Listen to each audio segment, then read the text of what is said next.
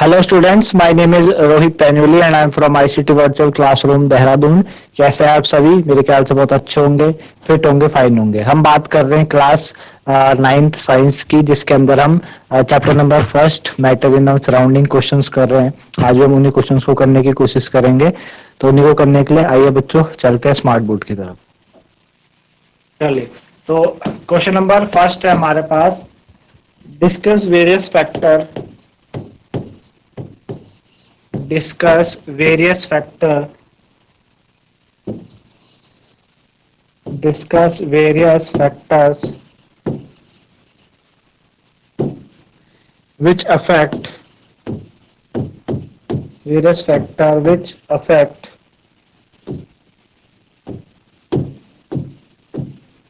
discuss various factor which affect the rate of evaporation, the rate of evaporation. Discuss various factors which affect the rate of evaporation. Latent heat, latent heat of evaporation,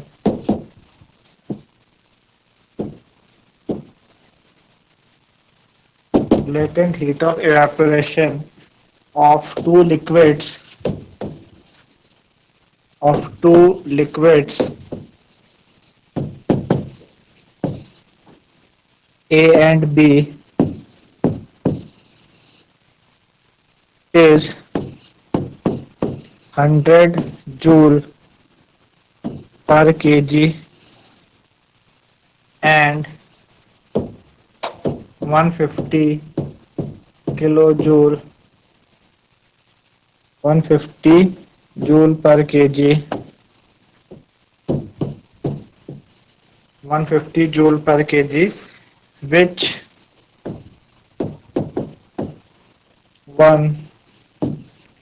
one can produce, which one can produce more cooling effect, more cooling effect,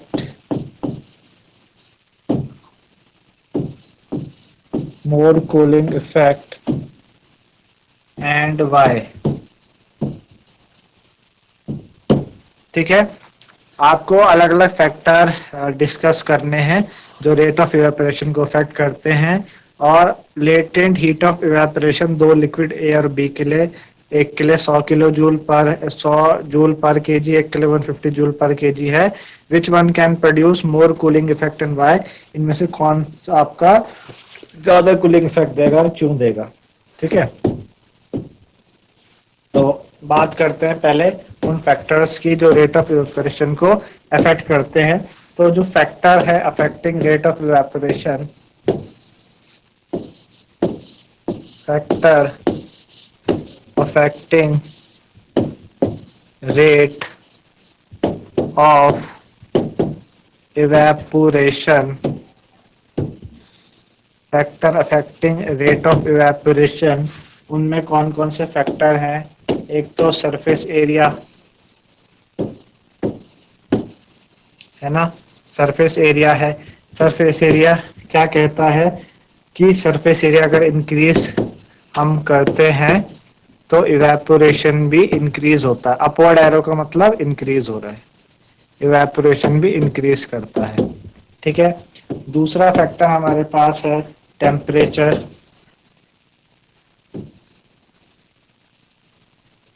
ठीक है, temperature क्या कहता है कि अगर temperature increase होगा तो evaporation भी इंक्रीज करेगा।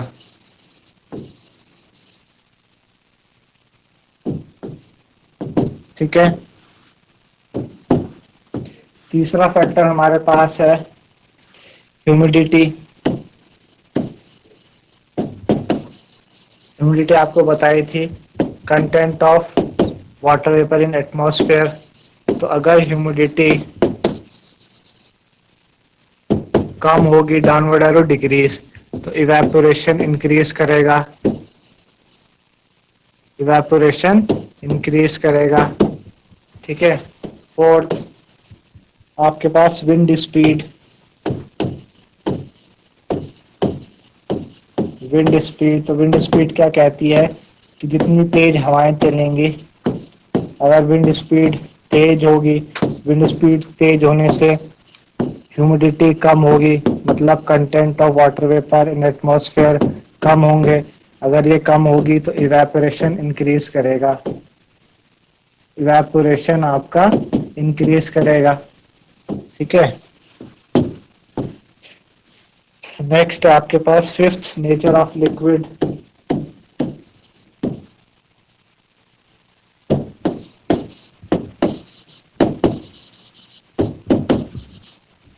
नेचर ऑफ लिक्विड है ना। तो नेचर ऑफ लिक्विड क्या कहता है कि आपके जो वोलेटाइल कंपोनेंट होते हैं, वोलेटाइल कंपोनेंट, उनमें इवेपोरेशन बहुत तेजी से होता है। वोलेटाइल कंपोनेंट जल्दी से इवेपोरेट करते हैं, और जो नॉन वोलेटाइल होंगे, है ना, नॉन वोलेटाइल में इवेपोरेशन क्या होता है, कम होता है ना। वोलेटाइल में एकदम से सरफेस पे मॉलिक्यूल्स आ जाते हैं तो जल्दी से इवेपोरेट हो जाएंगे, नॉन वोलेटाइल पे नहीं आते तो वो नहीं होते, है ना। तो ये थी, इसी में हमें दूसरा पार्ट ये बताना था कि दो लिक्विड ए और बी में से आपके पास कौन सा लिक्विड, ये हमें पूछा था कि ए के पास 100 जूल पर केजी है, बी के पास 150 जूल पर केजी है, कौन सा कूलिंग इफेक्ट जल्दी देगा, है ना, मोर कूलिंग इफेक्ट, और क्यों। तो बी आपका ज्यादा कूलिंग इफेक्ट देगा, क्योंकि ये क्या करेगा, ज्यादा आपके पास हीट को एब्जॉर्ब करेगा सराउंडिंग से, है ना। तो B will produce more cooling effect, B will produce more cooling effect। जो B है ना, आपका B है will produce more cooling effect, B आपका ज्यादा cooling effect देगा, because it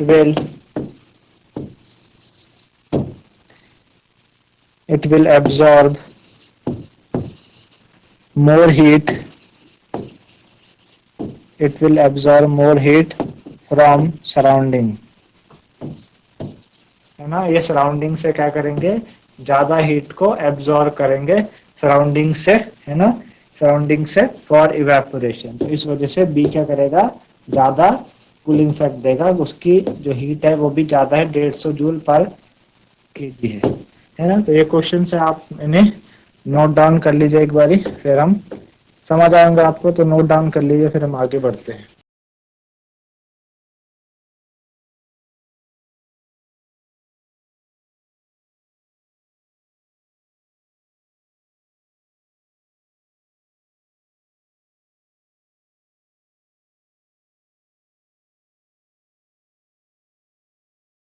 आगे बढ़ते हैं। Describe the continuous motion of particle, describe continuous describe continuous motion of particle, describe continuous motion of particle, continuous motion of particle of matter, describe continuous motion of particle of matter with the help of an activity, with the help of an with the help of an activity। ठीक है, describe the continuous motion of particle of matter with the help of an activity, है ना। आपको क्या करना है, activity की help से कंटिन्यूअस मोशन बताना है, किस तरीके का होगा, है ना। तो किस तरीके से हम इसका सॉल्यूशन करेंगे, आप दो पार्ट में हम कर सकते हैं। पहला कि to demonstrate motion of particle in air, to demonstrate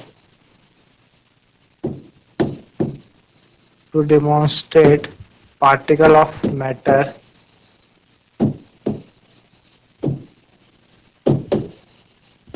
to demonstrate particle of matter to demonstrate particle of matter in air, या motion of particle of metal in air, है ना. To demonstrate motion of particle, to demonstrate motion of particle of matter in air, इसमें हम क्या कर सकते हैं. एक तो हम कर सकते हैं place few lighted candles, place few lighted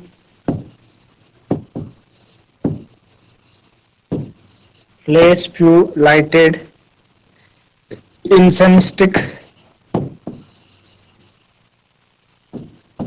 sticks in a corner of a room, in a corner of room. ठीक है. दूसरा,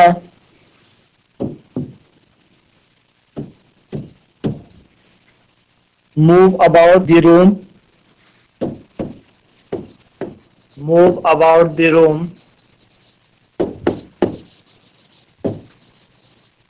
move about the room and smell the fragrance of, and smell the fragrance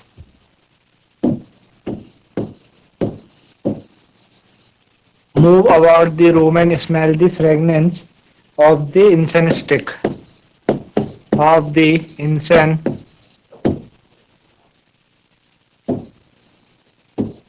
stick. ठीक है ना.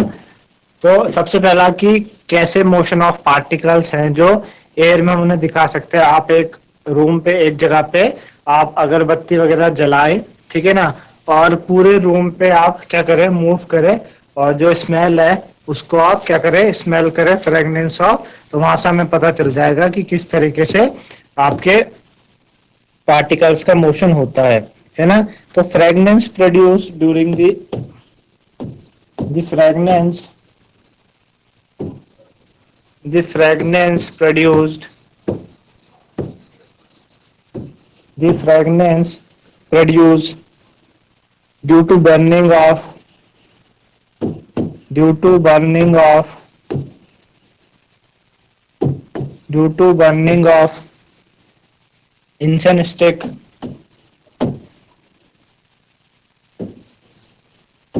incense stick. The fragrance produced due to burning of incense stick is due to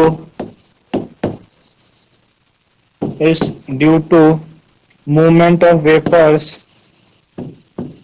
is due to movement of vapors movement of vapors produced movement of vapor produced rapidly movement of vapor produced rapidly in all direction rapidly in all direction, है ना. एक तो तरीका हम ये कर सकते हैं. दूसरा तरीका क्या है, दूसरा to demonstrate motion of particle in solid matter. B है to demonstrate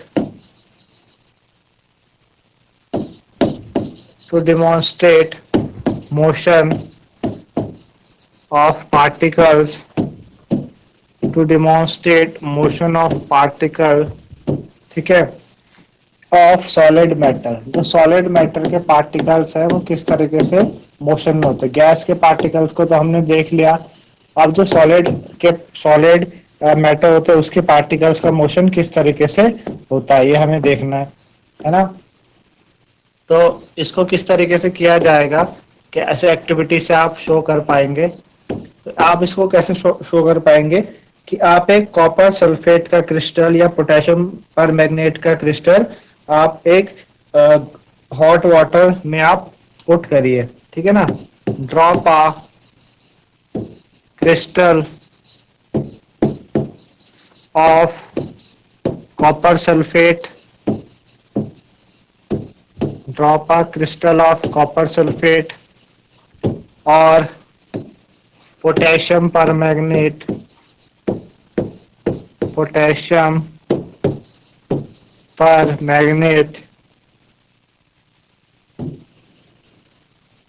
potassium permanganate into the glass of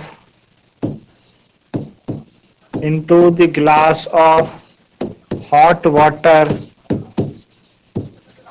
into the glass of hot water. Second आपको क्या करना है, do not stir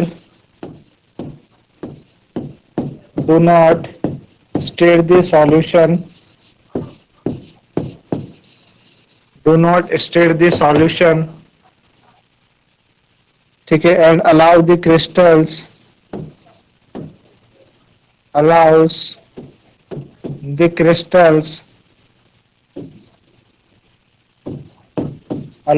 crystal, ठीक है,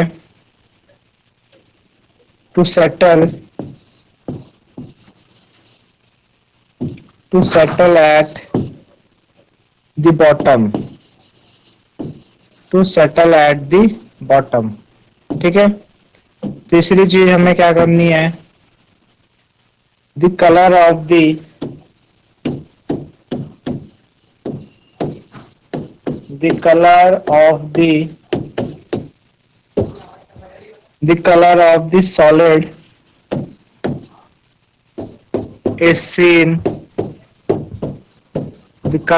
the solid is seen spreading slowly. Color of the solid is seen spreading slowly. This is because the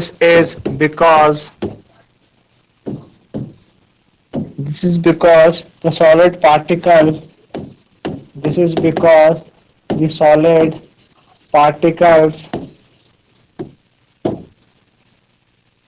diffuse in the water. Solid particle diffuse in the water,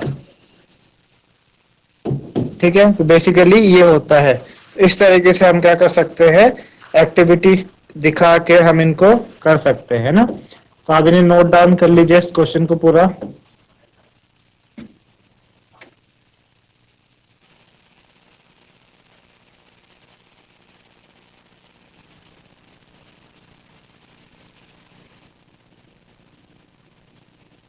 आगे बढ़े next question की तरफ।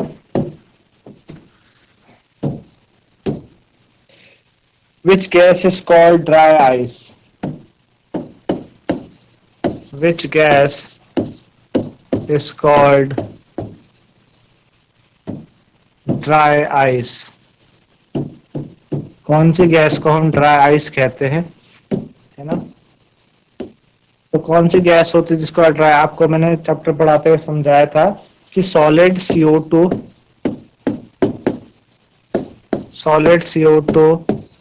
is known as dry ice. Solid CO2 is known as dry ice. जो solid CO2 होती है उसे हम dry ice कहते हैं, because this is because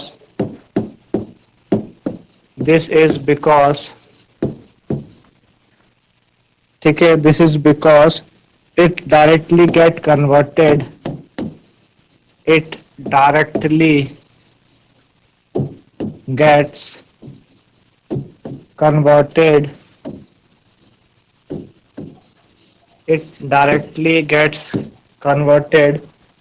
ठीक है, directly gets converted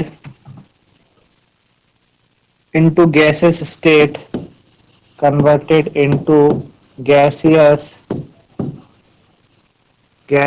state, directly get converted into gaseous state without passing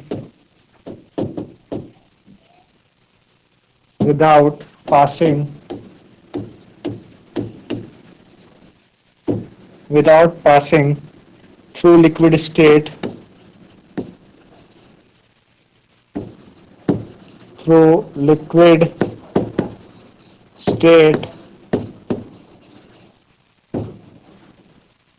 on decreasing the pressure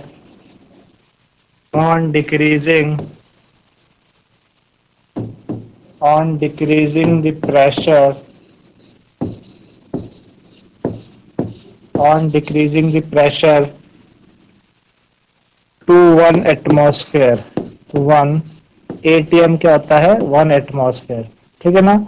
इसे हम सॉलिड CO2 कहते हैं, इसी वजह से सॉलिड CO2 को हम ड्राई आइस कहते हैं, क्योंकि ये आपकी डायरेक्टली आपकी गैस स्टेट में चले जाती है बिना आपके लिक्विड स्टेट में आए हुए, है ना, on decreasing the pressure to 1 atm, ठीक है ना। तो इस तरीके से आप लोगों को आज की बातें, आज के क्वेश्चन समझ आए होंगे चैप्टर नंबर 1 से। तो आज के लिए इतना ही था, धन्यवाद, हैव अ नाइस डे।